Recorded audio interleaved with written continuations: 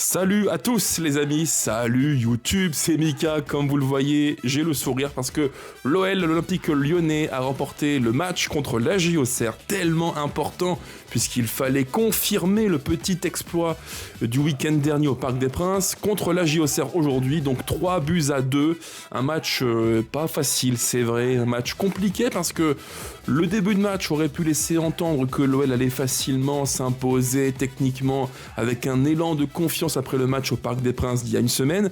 Bah en fait non, parce que on a eu, je dirais, un match en à peu près 3 temps, avec une demi-heure de qualité, un peu moins, je dirais 20 bonnes minutes, puis un temps un petit peu moyen au cours duquel on se fait reprendre, et en seconde mi-temps, il y a Captain Tolisso qui rentre et qui fait la différence, et après en fin de match, c'était un petit peu, même carrément poussif. Alors oui, le contenu n'est pas parfait de A à Z, c'est vrai les amis, c'est pas ce que je dis, loin de là, hein, vous l'avez compris, mais honnêtement, on s'en fout en fait. Moi j'en ai rien à carrer que l'OL joue bien au foot à la J30 et 31. Qu'est-ce qu'on s'en fout? L'important, c'est de gagner, de prendre 3 points de 2, et troisièmement, si on peut le plus possible et le plus vite possible prendre des points pour être top 4 d'ici 2-3 semaines, c'est ça qui compte le plus. On est dans le money time, et dans le money time, on ne compte pas les jolis gestes, on compte les points. La note artistique, je m'en fous, moi ce qui compte c'est les points, et l'OL en prend 3, ça fait vraiment plaisir après le match du Parc des Princes contre le PSG il y a maintenant une semaine. L'OL confirme aujourd'hui contre l'AJ Auxerre, il fallait le faire, c'était pas évident, mais on l'a fait, le job a été réalisé, et c'est bien là le principal. Tout ça on va en parler ensemble les amis, comme toujours, format je l'espère assez dynamique pour vous le plus possible, mais avant de commencer, n'oubliez pas le petit pouce qui fait toujours, toujours extrêmement plaisir. Pensez aussi à commenter, à me dire dans les messages quels sont vos tops du match. Moi, il y en a 2 qui me paraissent assez évidents. D'ailleurs, tous les 2 apparaissent dans la miniature de la vidéo. Il n'y a pas de grand suspense, vous l'avez compris. Pensez aussi à vous abonner, activer la cloche, bla bla bla, swiper dans l'espace commentaire vers la gauche pour booster le contenu. D'ailleurs, j'y pense, bande de fous furieux que vous êtes. La vidéo du match contre le PSG a fait un super score, je crois quasiment 12 000 vues. C'est génial, forcément. Et en termes de likes et de boost, on a fini dans le top 30 des vidéos les plus boostées de YouTube France. Rien que ça me touche forcément énormément. Mille merci. C'est la plus grande des récompenses. Quand je fais du contenu YouTube et que je vois qu'il y a autant de likes, de commentaires, de partages, de boosts, ça me rend fier, ça me rend très très fier. Merci à vous et à vous tous pour tout ça les amis. C'est parti donc pour le débrief du match et on commence donc par l'enjeu global. Qu'est-ce qu'on peut dire? Que oui, le week-end dernier, petit rappel super sympa, l'OL avait battu le PSG au terme d'un match vraiment agréable à suivre parce qu'on avait su appliquer un plan de manière, je dirais, disciplinée, rigoureuse, à la fois défensivement et en transition. On a fait mal au PSG, on affronte la l'AJ Auxerre et on voulait que l'OL confirme ce qui a été fait. Ça, c'est le premier très gros point positif. Alors oui, entre le match contre le PSG au Parc des Princes et le match contre l'AJA chez nous, forcément, 2 équipes différentes en face, 2 histoires de match très différentes, 2 configurations très différentes et par voie de conséquence, 2 OL très différents. Au Parc des Princes, on avait su être plutôt solide et faire mal, piquer en transition. Contre l'AJ Auxerre, c'est un petit peu le match en effet miroir, avec une équipe qui attendait, compacte, dense, Auxerre, et nous qui devions faire la différence. Et je dirais que, en tout cas, c'est ce qui m'a sauté aux yeux. Je trouve que l'entame de match de l'OL est de vraie qualité, mais vraiment de qualité, parce qu'on a vu une équipe qui était dans le mouvement. Dès qu'on avait le ballon, on avait l'intention de faire mal et d'aller très vite vers les cages de l'AJ Auxerre, et ça, moi, j'ai aimé. L'entame de match, vraiment, en tout point, elle m'a plu, parce qu'on a vu du mouvement, intention, des doublements. Moi, j'ai beaucoup aimé la paire à gauche, Abner plus Moreira, qui ont bien combiné, avec un Abner qui a apporté beaucoup durant 20 bonnes minutes, beaucoup de centres, pas tout le temps juste, c'est vrai, mais beaucoup de centres quand même. Moreira dans du 1 contre 1, et je trouve que sur l'entame de match, du coup d'envoi à grosso modo la 20e minute de jeu, l'OL gagne beaucoup, mais vraiment beaucoup de duels. Je n'ai pas sous les yeux en stock la stat du match, mais à mon avis, en termes de duels généraux, défense-attaque, je pense que sur l'entame de match, on est plutôt pas mal. Donc, entame convaincante, et bah évidemment, qui dit début de match positif pour l'OL, dit le 1-0 qui arrive très vite. Et c'est le cas, avec une action qui a été, je pense, travaillée beaucoup par notre cher Olympique Lyonnais et par le staff de Paulo Fonseca, puisqu'on a vu en fait un circuit de passe assez routinisé, habituel, avec à gauche Kalis Mera, très libre, qui fluidifie le jeu, très bon Kalis, faut le dire aussi, et qui envoie Abner, qui prend l'espace, petit centre pour Yaremchuk, qui surgit, et tel un renard des surfaces, tel un Andriy Shevchenko, il vient mettre le ballon au fond des cages de la JOCR, 1-0 pour l'OL, et ma foi, c'est juste mérité au vu de la qualité globale de l'entame de match, ça fait vraiment plaisir. Alors d'ailleurs j'y pense, petit point un petit peu, comment dire, le petit reproche que j'ai à faire sur le match, c'est pas envers nos joueurs ni le staff, pas du tout, c'est plus sur la pelouse. Moi je trouvais que, alors déjà l'horaire 15h c'est pas évident, c'est un petit peu, pour nous un petit peu inédit, samedi 15h, bon ok, à la limite, il faisait un petit peu chaud, ok je peux le comprendre, mais j'ai trouvé que la pelouse était vraiment déjà pas très courte, impression visuelle, et surtout ça manquait un petit peu d'arrosage. Il y a plein de séquences de jeu où c'était lent, transmission lente, pas tant de la faute de nos joueurs, mais je trouve surtout de la faute de la pelouse qui manquait un petit peu d'arrosage. Messieurs les jardiniers, s'il vous plaît, faites un effort, quand il fait chaud, il faut arroser abondamment, même si oui je sais, il y a un enjeu écologique, mais bon voilà, l'enjeu foot, il était là aujourd'hui, il fallait gagner.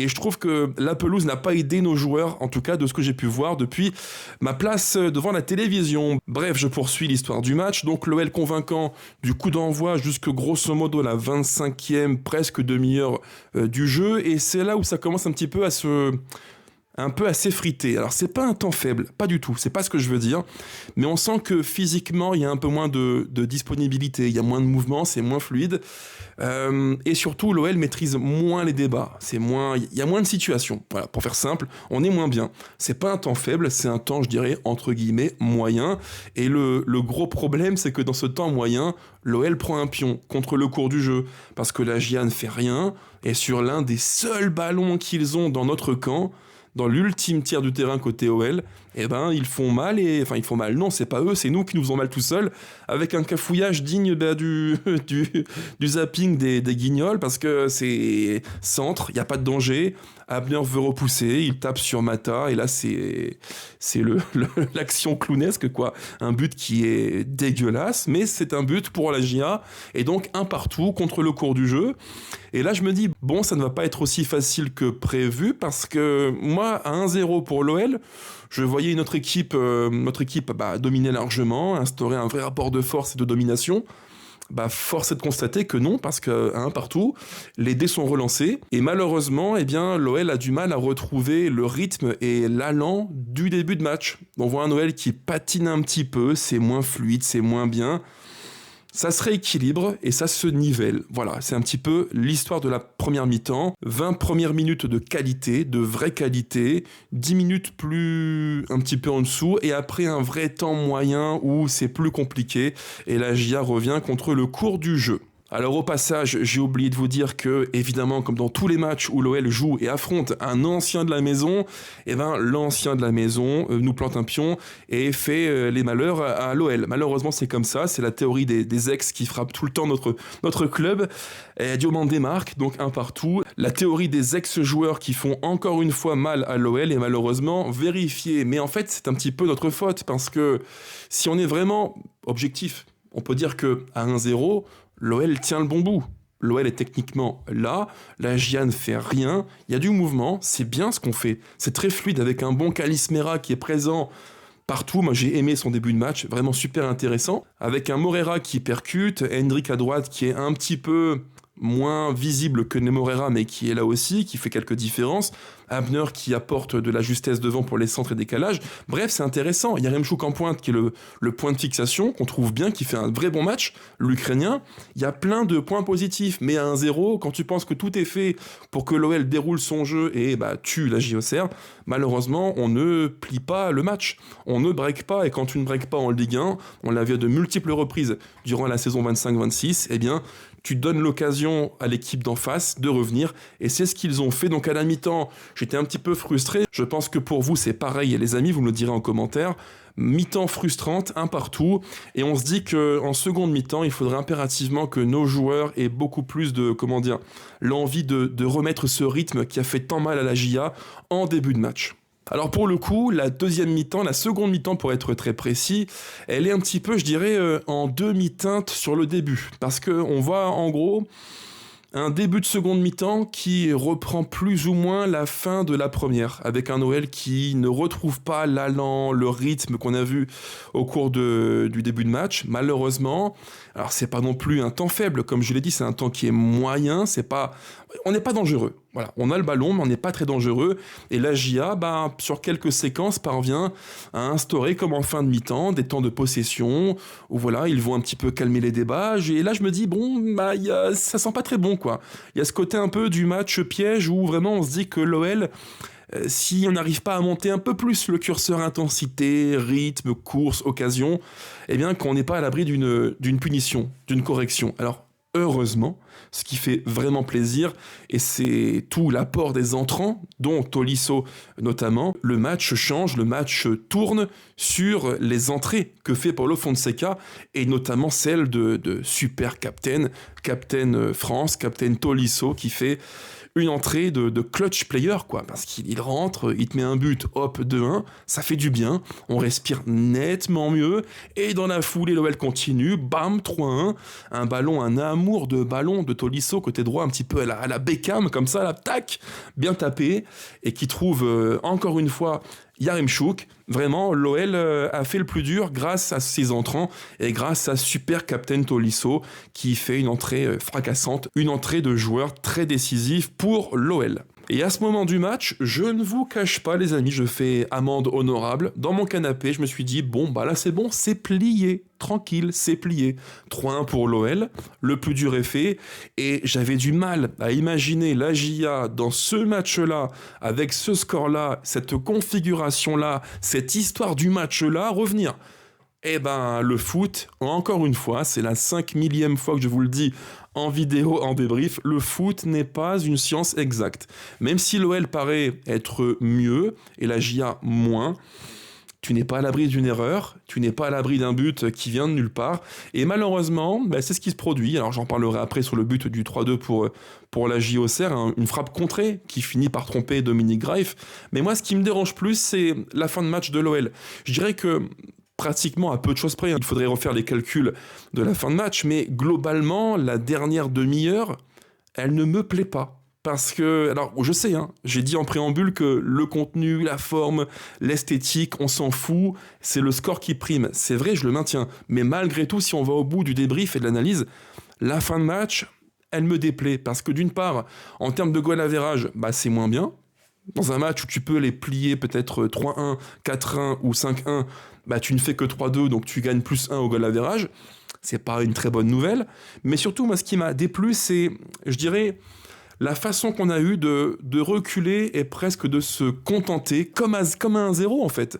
À 3-1, c'est pareil. On se contente du score, on recule, on gère, et on prend des risques. Et en plus, et là malheureusement c'est un petit peu la parenthèse qui va chatouiller les chevilles de Paulo Fonseca, malheureusement quand le coach, encore une fois, c'est pour moi son gros défaut, quand le coach change des joueurs et qu'il opte clairement pour des options vraiment défensives, Kluivert qui entre, Tagliafico, on a Maitland Nice qui finit, je crois, dans mon souvenir, quasiment ailier droit.